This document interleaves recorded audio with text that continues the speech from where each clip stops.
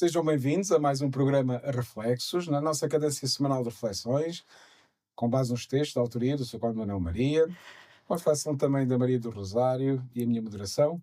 Sr. Cónigo, continuamos aqui no seu volume quinto de Reflexos, no Dourado. Sim, sim. Hoje o reflexo 51, o mundo profano.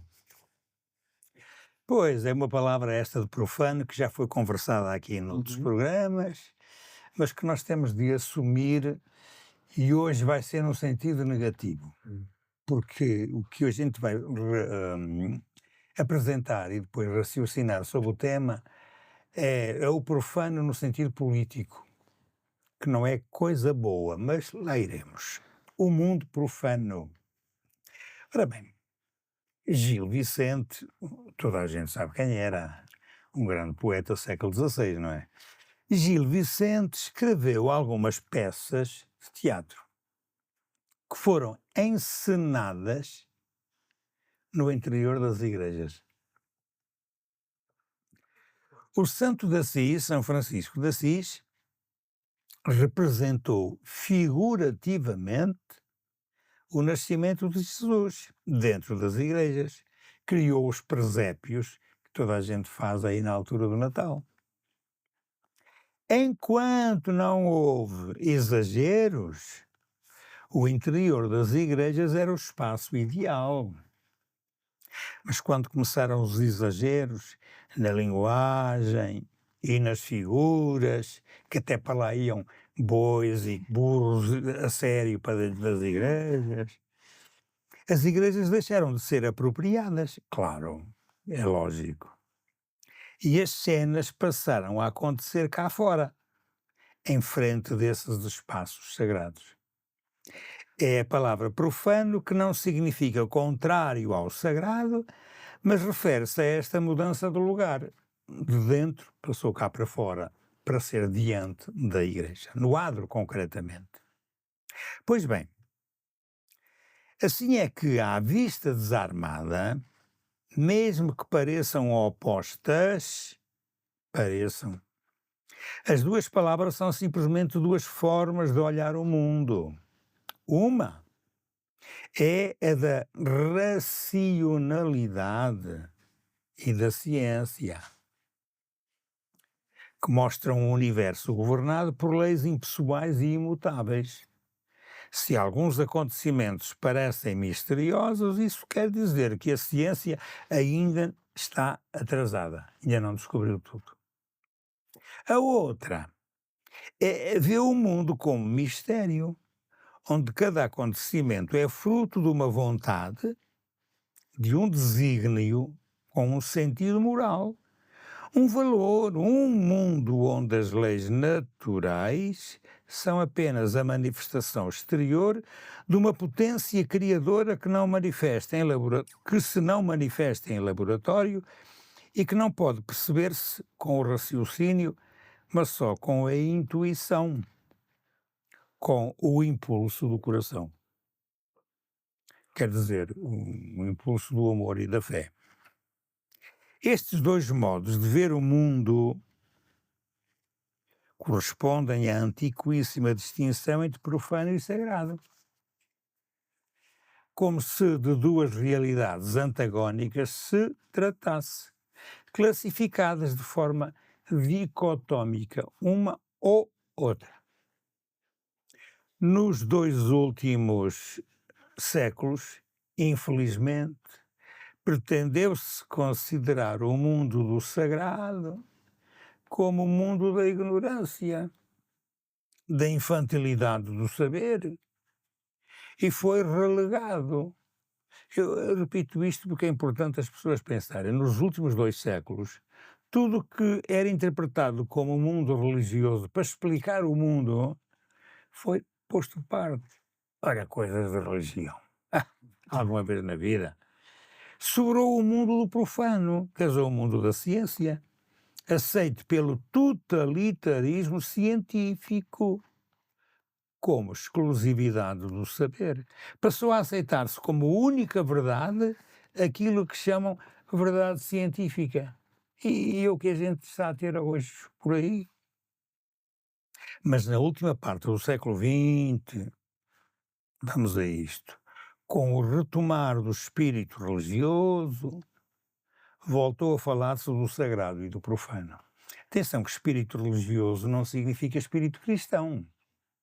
A religiosidade há de muitas maneiras e há pessoas aí que até são, entre aspas, religiosas, sem religião nenhuma. Porque é verdade isto. Mas enfim. Passou a aceitar-se então como única verdade aquilo que chamamos verdade científica. Na última parte do século XX, com o retomar do espírito religioso, voltou a falar-se do sagrado e do profano. Estou a repetir o que foi dito há bocadinho. Sim. De um lado, o mundo natural. Agora aqui, profano igual a da natureza. Natural. Onde são válidas as leis da natureza, onde tudo é causa e efeito, onde domina incontestavelmente a técnica, onde nós atuamos ao encontrar os meios adequados para realizar os nossos fins. Eu já uma vez aqui expliquei que isto é parte da técnica que não tem nada a ver com o desenvolvimento humano, o desenvolvimento das máquinas, pronto, e o que essas máquinas trazem. Ora bem, de um lado o mundo natural, profano, então onde são válidas as leis da natureza, onde tudo é causa e efeito, eu estou a repetir, onde domina incontestavelmente a técnica, onde nós atuamos ao encontrar os meios adequados para realizar os nossos fins. E ao lado desta maneira está o território do sacro, do sagrado, do mistério, do divino, do milagre, da oração, do valor, da moralidade. A verdade se diga que são duas perspectivas assentes em plataformas diferentes e desiguais. Uma é imanente, faz parte do interior deste mundo. Outra, simultaneamente, imanente e transcendente, tanto é deste mundo como é de fora do mundo. Este fora não significa mais acima ou mais abaixo, significa que não faz parte nem do espaço nem do tempo. E daí digladiam-se por haver uma descontinuidade absoluta entre Deus e o mundo, entre Deus e a natureza, entre Deus e a sociedade. Como no tempo atual Deus é um bocadinho posto à margem por ser Deus, então conta só o resto. A consequência é esta. Porque perdeu Deus, a sociedade moderna é o que é. Desorientada e sem moral. E quer fazer-nos crer que o sagrado, quer dizer, o que é religioso, a vida religiosa, só se exprime completamente na solidariedade social. Vejam bonito, religião igual a solidariedade. Não é que seja mentira, mas não tem nada a ver com fazer o sinal de igual. Claro. Ora, nós sabemos que a caridade cristã não é solidariedade social, é muito mais, porque é de outro nível. Parece que necessitamos de analisar e compreender a sociedade atual marcada pela cultura tecnológica e científica que corre o risco de perder o sentido dos termos sagrado e profano. A ciência é meramente profana. Há mudanças de paradigma e avanços culturais que estão a provocar e a exigir um novo diálogo entre fé e ciência, coisa que teve discussões gravíssimas no século XIX e princípio do século XX, o que é científico e o que não é científico, porque a ciência veio adquirir tudo como sendo ela. E se porventura há coisas que não sabe explicar, explica-se assim. Ainda não, mas qualquer dia a gente chega lá. Eu gostava de saber como é que a ciência explica um milagre, por exemplo. Como é que a ciência explica a origem do mundo? Como é que a ciência explica a origem do próprio homem? Porque uma coisa é a origem histórica, outra coisa é a origem racional deste ser, porque a gente costuma até dizer que o homem foi criado. A ciência não explica o que é a criação. Parte do princípio que tudo existe. Vocês conhecem uma expressão que anda por aí na moda, que é o Big Bang. Big Bang. O Big Bang é o quê? é simplesmente aquela, que dizem os cientistas, não é? Aquela explosão inicial que fez que o mundo esteja em expansão. Muito bem. Eu pergunto-me, o que é que existia antes do Big Bang? E o que é que fez com que o Big Bang acontecesse? Para poder explodir. Porque uma explosão não se dá sem nada. É preciso ter alguma coisa para explodir. Não é isso? E também uma explosão, quando acontece, não é? Não acontece já com tudo pronto. Claro. Não aparece um mundo pronto. Opa, Não, a assim. explosão acontece num sítio onde já há ar, onde há espaço, onde há tempo, onde há isso tudo. Estão a ver o que eu quero dizer? Quando a ciência se mete em assuntos que lhe não competem e acha que a ciência é que tem que resolver tudo, a ciência está a meter-se em, em alhadas muito grandes. É verdade, é. Mas vocês podem comentar isto Sim. do chamado mundo profano dentro deste nível, Sim. porque eu estou aqui a dizer que a ciência vale o que vale, é verdade, mas não pode substituir-se. Aqui o profano da ciência não pode substituir-se ao religioso da própria explicação transcendental. O imanente não pode admitir o transcendente, Claro. porque são coisas distintas. Mas vocês comentem, porque eu Nós gosto de podemos ouvir. trazer aqui uma análise lamarquista. Lamarck é aquele que diz que Deus criou todos os seres e eles existem hoje conforme foram criados. E depois veio o Darwin, não é? E ele diz que houve uma evolução, né? Apareceu o macaco, sei lá, o que queiram chamar. E a macaca? E a macaca também, sobretudo sem a macaca nada teria acontecido, não é? Mas graças a Deus apareceram os dois e então ele defende uma teoria evolucionista, não é? Que é a teoria que é defendida pela ciência, não é? Tudo bem, eu estou super a favor, Claro. mas existe um ponto de início, não é? Que Deus criou um macaco, que Adão e Eva seriam um pouquinho mais atrasados, certamente seriam, não é? Mas houve um início, houve uma vontade, houve um verbo, não é? Houve uma palavra. E daí as coisas começaram-se a criar. E depois, de facto, há de ter havido um evolucionismo, pouco importa. Fala-se da seleção natural, que são características genéticas que vêm a favorecer aquele animal diante do meio, diante do local onde ele está, não é? Eu gosto muito disto, a minha formação é muito em cima disto, a minha formação académica. E eu acho muito interessante, eu gosto muito de genética e experimentei a genética com os meus coelhos brancos e pretos e misturei aquilo tudo e foi muito giro. Existe a regra, não é? Existe a regra, existe a genética, existe um animal que pode ser favorecido por um tempo, por uma época, por um clima e que por isso se deixa de haver essa época, esse clima, ele pode deixar de ter características que lhe permitam viver. É tudo verdade, mas Deus é Deus. Acima de Deus não tem nada, não é? Deus dá o golpe de saída e depois sim, a ciência deve se empenhar. Eu acho ótimo quando a ciência tenta explicar os milagres, porque a ciência se depara com algo para o qual ela não tem explicação, não é? Eu acho ótimo, acho que a ciência tem que estar, não é? A fé e a razão, não é? Sou muito da fé e da razão, não é aconteceu por um milagre. Não, vamos tentar explicar pela razão. Mas já dizia o Papa Bento XVI, não é? As duas complementam-se, não existe uma dicotomia, não é? Eu preciso usar a razão para confirmar a minha fé. Não é? Acho que assim, aquilo que mais apoia a religião e a fé é a ciência mesmo. É quando a ciência não sabe explicar porque é que uma hóstia está a levitar lá na cripta de Lourdes. Né? Aparece muito aí nos Instagrams, realmente, no meio da oração eucarística, a hóstia levanta da patena. Não é? O que é que cria isso? A força gravítica não é. Não é? Fazia ao contrário. Exato, seria para baixo. Não é? Tantos santos que são canonizados e para um santo ser canonizado é preciso haver um milagre. E ninguém mais rigoroso do que a Igreja, está aqui o representante da Igreja que não me deixa mentir, como é difícil canonizar e como os escritos e como os médicos têm que analisar e chegar a um ponto de limite para que a pessoa seja considerada como milagre e que a pessoa possa ser canonizada. A Igreja é a mais fiel a usar a ciência, a usar a razão, a usar os conhecimentos para dizer isto é verdadeiro, isto aqui qualquer um podia fazer. A imagem chora, tem água. Vamos analisar essa água. São lágrimas humanas. Não é? Então a ciência, a Igreja são os primeiros a valer-se da ciência para dar credibilidade àquilo que nós acreditamos. Então não é uma crença, não é? Fala aqui assim aquela... às vezes, porque é coisa de igreja, é uma mentalidade medieval. Não é uma mentalidade medieval. A própria Igreja é a primeira a pôr as suas situações em causa e em prova e em experimento para dizer, e agora? Então é verdade, não é? Então acho muito pertinente um texto destes, não é?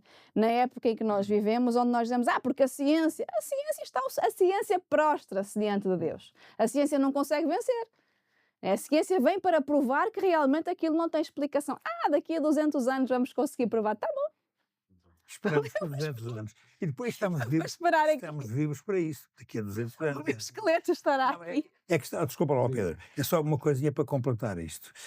Está em causa aqui uma palavra que nós usamos em religião, que é a palavra providência. Sim. E a palavra providência diz-nos várias coisas, mas a principal é assim: tudo o que acontece tem leis para acontecer. Exato. E quando a ciência vai lá com a história do Big Bang, o que é que está a dizer? Que algo evolui desta maneira, segundo estas regras, segundo estes determinismos. E até aí está tudo certo. Mas a gente interroga-se: e quem é que deu à matéria essas regras deterministas? Porque é que é sempre da mesma maneira e permite que a ciência possa ser ciência, porque parte do princípio que as coisas acontecem assim. Claro. Porque se a ciência partisse do princípio que as coisas agora acontecem assim, mas ontem era diferente e antes de ontem era mais diferente ainda, como é que chegava à conclusão de alguma coisa? Não é? Isto é logo... A providência realmente é uma coisa muito interessante, que funciona de duas maneiras. Para os seres humanos psíquicos, de razão, de racionalidade, de um querer, de uma função interior e exterior que se chama vontade, a providência funciona dentro da chamada liberdade. E a liberdade humana pode fazer ou desfazer. Mas, em relação à natureza, não há liberdade. Então tem que haver regras que são fixas. Quem as fixou? Quem as criou? Nenhum cientista fez isso. Os cientistas se dão conta disso. Portanto, a palavra providência... Deus, é constatar. É constatar. A palavra Constatar. providência está aqui em causa. Isso é verdade, é verdade. Agora, não, mas só que outra coisa relacionada com isto é que nós precisamos ter sempre presente uma coisa importante. Quando falamos em... Porque está aqui em causa o profano e o religioso, não é? Ou o mundo profano. Quando a gente aqui pensa em profano, num sentido que está a ser utilizado pela ciência, nós estamos a dizer que nós cá temos possibilidade de saber tudo, perceber tudo, ter regras, descobrir. Pronto, temos as nossas leis, as nossas... E até aí está tudo muito bem. Mas nós precisamos de perceber uma outra coisa que está por detrás disto. É que, se é verdade que tudo o que existe tem uma explicação, eu interrogo-me, quem é que veio descobrir as leis? Foram as pessoas. Mas quem é que criou essas leis para nós agora as descobrirmos? E então temos a palavra Deus emitida. É preciso que os próprios cientistas também saibam dizer que quando usam a palavra Deus não é para malhar, não é para destruir. É porque a palavra Deus aqui tem que aparecer num sentido científico de ou unicidade de pensamento, ou equivocidade, ser equívoco o pensamento, ou simplesmente ser análogo. Análogo quer dizer que é comparativo. Uhum. E então, porque é que a gente, em relação a Deus, nisto aqui, e para os cientistas que são depois nestas coisas assim muito firmes, porque é que eles não vão para o lado verdadeiro, que é o lado do que nós dizemos a analogia? Pronto, vamos aplicar a Deus aquilo que queremos aplicar nas ciências, ou aplicar às ciências aquilo que temos que aplicar a Deus. Mas nem unicidade, nem equivocidade, porque para viver de uma forma equívoca já a gente tem outras coisas, não é preciso disto. Bom, falei, desculpa, Pedro, tu quis dizer alguma coisa há bocado? Não, eu sublinhava aqui o que a Rosário sublinhava e acho que é muito por aí a minha reflexão. E hoje em dia estamos outra vez com estas narrativas em todos os aspectos da vida das dicotomias, não é? Isso quando falei bem e mal, claro e escuro, sagrado e profano. E hoje em dia estamos muito assim. Se sou do sagrado, não sou do profano. Se sou bem, não sou do mal. Aqueles são todo do mal e eu sou todo do bem. Eu está ali unívoco. Exatamente. E isto não faz sentido. Não faz sentido, não é? A mim só me preocupa um bocadinho é com tanta evolução do conhecimento, com a velocidade a que partilhamos do conhecimento, com as ferramentas que temos na ponta do dedo de lermos artigos desde do melhor teólogo do mundo, da última teologia desenvolvida, do pensamento, né? Do transcendente, como o artigo científico mais evoluído nas áreas que possamos imaginar. isso é que me faz confusão. Como é que chegámos a este patamar de desenvolvimento da sociedade, e já temos falado muito do progresso e desenvolvimento, né? Da tecnologia, tá? Mas depois o ser humano continua a ficar nesta dicotomia básica, não é? Uhum. Quando o que temos estado aqui a falar e a Rosário diz isso muito bem, uma não anula a outra. A experiência humana pode, e acho que, na minha experiência de vida, e é o testemunho que eu posso dar, pode e deve complementar uma e a outra. Exato.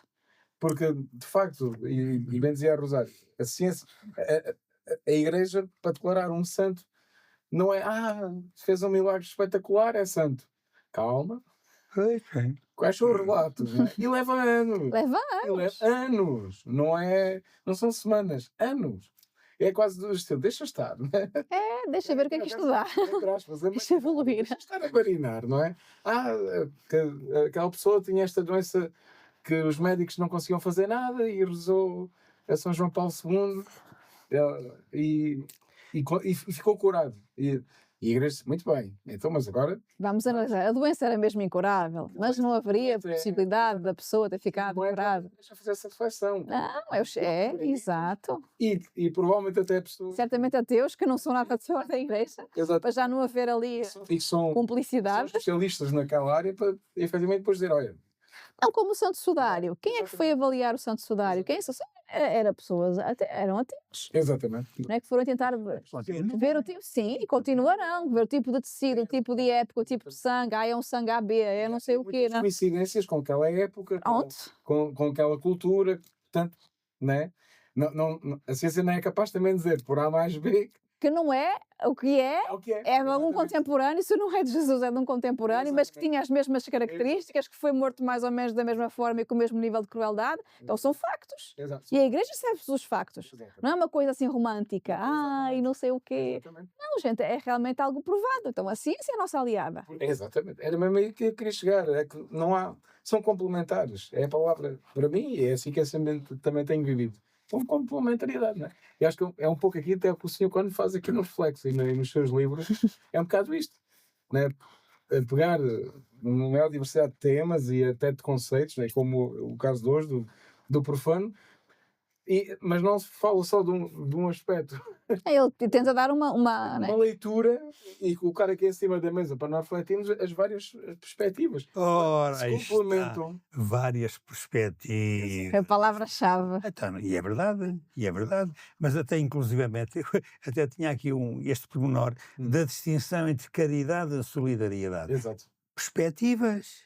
Mas quem diz este campo, que é um campo até bastante religioso, mas que o aspecto profano foi roubar à Igreja, e em vez de caridade usa a palavra solidariedade. Desde que o faço, ainda bem. Não, mas depois... Diga assim. Não, mas Importa como é que lhe chamam. Querer identificar religião com solidariedade. Pois é. Quando a gente sabe, inclusivamente, que a solidariedade que está a ser usada neste mundo, sobretudo aqui pela Europa, não tem nada a ver com religião, é até exatamente o contrário. Ser solidário aqui, até às vezes é ser... Pois. eu queria dizer, mas não vou dizer a palavra que é para as pessoas não ficarem zangadas comigo. Se fosse a dizer, falava em maçonaria, não era? Pois, mas não falam. Sim, mas Mas é verdade.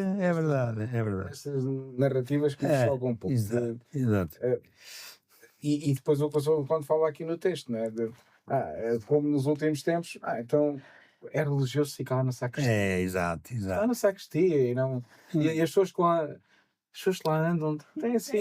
Coitadinhos, não é? Eu acho que não é por aí o caminho. O caminho é o contrário, não é? Os homens da ciência e da religião, como dizia aqui no fim, há mudanças de paradigma e avanços culturais que estão a provocar e exigir um novo diálogo entre a ciência entre a fé e a ciência. Claro. Entre a fé e a ciência. E acho que nesse aspecto aí a Igreja se calhar tem dado passos muito firmes, como temos estado aqui a falar, e mesmo os últimos papas e tudo, de aprofundar cada vez mais isto. E não é? Agora podem vir os historiadores dizer, épocas houve, se olhava para a fogueira, e se condenavam, né? Teorias científicas que depois mais tarde se vieram confirmar que eram verdadeiras. Sim. Né? Mas tempos houve. Portanto, evoluímos, houve continuamos a evoluir. perfeitamente. Mas temos que evoluir, era isso que eu queria deixar aqui claro, temos que evoluir neste diálogo entre fé e ciência. nesta complementaridade. Pedro, tais 3 palavras a que me Uhum. referi, a unicidade e depois uma única verdade, Uhum. ou o equívoco, portanto, se não é o unívoco, é o contrário, é o equívoco, para que não haja uma coisa nem outra, como o análogo. E então o análogo quer dizer o quê? Se, senhor, isto vale, é verdade aqui neste campo, Uhum. vamos ver naquele campo como é que é. É porque se a gente fica preso a uma perspectiva, Uhum. as perspectivas podem enganar-nos perfeitamente. E isso que estavas a dizer aí, de uns de irem para a fogueira, não sei o quê, porque na altura também havia a perspectiva de que só o que era, não era religioso, era Exato. católico. Pois, exato. E depois isto veio a dar o que nós agora chamamos aí, quando falamos, por exemplo, nos muçulmanos, não é? Uhum. Mas que são todos Extremismo. extremistas. Porquê? São o tal unívoco, é só aquilo é que é, mais nada é. Andamos enganados nisto. Sim. E a palavra profano passou a ter o sentido de científico só com aquela versão e não com outras. E é errado isto. É. Sim. Não é ao Rosário? Parece-me que sim. É verdade, eu achei interessante esta frase aqui no fim. A consequência é esta: porque perdeu Deus, a sociedade moderna é o que é, desorientada e sem moral. Sim, sim. Mais valia estar com Deus, Sim. é uma mais-valia, É. não é? E acompanhar os avanços da ciência. Os avanços da ciência é bom, a medicina, as descobertas, as pesquisas que são feitas, né? Os estudos científicos, é tudo muito bom. E também é Deus que dá inteligência ao homem para chegar lá, não é? Mas não dá para matar Deus. Quando a gente mata Deus, a gente descarrila. Necessariamente vai descarrilar, não é? E eu achei interessante aqui, de facto, quando a sociedade perde Deus, ela fica desorientada. Isso é moral. O que é que a gente vê aí? Não é? Pessoas desorientadas, não sabem muito bem qual é o caminho certo, não distinguem muito bem as coisas, não têm muita noção. E isso é moral. A moral, então, nem se fala, né? Então é isto, não é? É preciso resgatar Deus. Quem o deitou fora precisa resgatar Deus, não é? Para ser o equilíbrio. Equilíbrio, não é? Às vezes vale a pena a gente pensar nisto também em termos religiosos. Ainda não há muito tempo que numa determinada missa a primeira leitura fazia referência àquilo que o rei David quis que o filho, o rei Salomão, a gente conhece isto da Bíblia e até da catequese, fosse homem íntegro, que cumprisse a vontade de Deus, mas que cuidasse do seu país com todas as leis, decretos, projetos e não sei quê. Tu ouviste-me comentar isto até já. Ora bem, vamos lá ver. Isto é Antigo Testamento. Nós estamos, neste momento, falando de Portugal, com uma coisa exatissimamente igual. Porquê? Vejam lá. Perdeu-se Deus. Mas continuamos a ter leis para tudo. Leis, leis, leis, leis. E o essencial que devia estar nas leis era aquilo que ficou só como uma lei de Jesus, que foi assim: amem-se uns aos outros. Epá, se vocês se amarem uns aos outros, não é preciso mais leis para nada, caramba. O resto é só organização, são leis de organização, mas não as leis para cumprir assim, cumprir assado. Senão depois vem a polícia, multa-vos, vêm os outros, queixam-se que o governo não fez, que depois vem uma tempestade e os outros não estavam atentos. Opa, amem-se e ajudem-se. É o suficiente. Estás a ver, ó Pedro, a diferença que está nisto tudo. E nós encontramos, por isso mesmo é que está aqui, perdeu-se Deus. E nós estamos a viver num mundo atual em que, tendo perdido Deus, as pessoas andam à deriva, julgando que resolvem o problema com normas, leis, taxações e coisas assim do género, quando o essencial era tão simples, não era? Que as pessoas se entendessem pelo bem. Exato. Então, está certo isto, não está? É isso. É isto mesmo, é. E não é necessário estas dicotomias, que eu diria básicas, mas que nos levam outra vez quase para a nossa base. Estamos uns contra os outros. Não temos necessariamente estar um contra o outro, não é? Antes pelo contrário. Não, mas é quando estamos uns contra os outros, temos que arranjar leis para dizer assim: tu se fazes isto, apanhas aquele castigo. Mas se for ao contrário, opa, amem-se uns aos outros, não há dicotomias, não há nada. Então não é preciso leis para haver cadeias, nem para haver tribunais que condenam. Se as pessoas se entenderem, Exato. não é? Portanto, todas aquelas normas, leis e tal que nós temos aí em termos políticos e em termos económicos, em termos de tudo, se as pessoas realmente fossem outra coisa e cumprissem minimamente aquilo que é o essencial de uma definição do que é o homem, porque o homem não é só um animal racional, é também, tenho dito muitas vezes aqui, é um animal relacional. E a relação humana verdadeira é que nos ajuda a complementar-nos uns aos outros. Quando isto acontece, não é preciso leis para mais nada, basta isto, cara. Não é verdade? Vocês vejam os pais em relação aos filhos. Se os pais realmente se amam entre si e se amam os filhos, é preciso alguma coisa. É preciso bater? Não. É preciso chatearem-se? Não. Porquê? Porque o amor resolve as coisas. Quando é preciso resolver de outra maneira, é sinal de que falhou alguma coisa essencial. Claro. E o essencial na relação humana chama-se amor. Para que não haja a dicotomia do sagrado e do profano. É só isto. Mesmo profanamente, nós podemos viver com relação humana perfeita, de valores humanos, que são os valores que nos identificam. Não é preciso ser religioso para ser bom. Uhum. Religioso é para ser santo. Sim. Há bocado chamavas a atenção para isso quando apresentavas aí a diferença, não a diferença não, mas a explicação do que é um santo canonizado e o outro que é preciso ou não, pronto, por causa da ciência e do milagre. Mas é verdade isto, nós na sociedade temos que ser bons, em religião temos que ser santos, mas as duas coisas precisam uma Também da outra. caminham juntos. O caminho é junto. Uma apoia a outra. Quando a gente diz que é junto, então não é o unívoco nem é o equívoco, é o análogo. Até me atreveria a dizer, Não é, Pedro?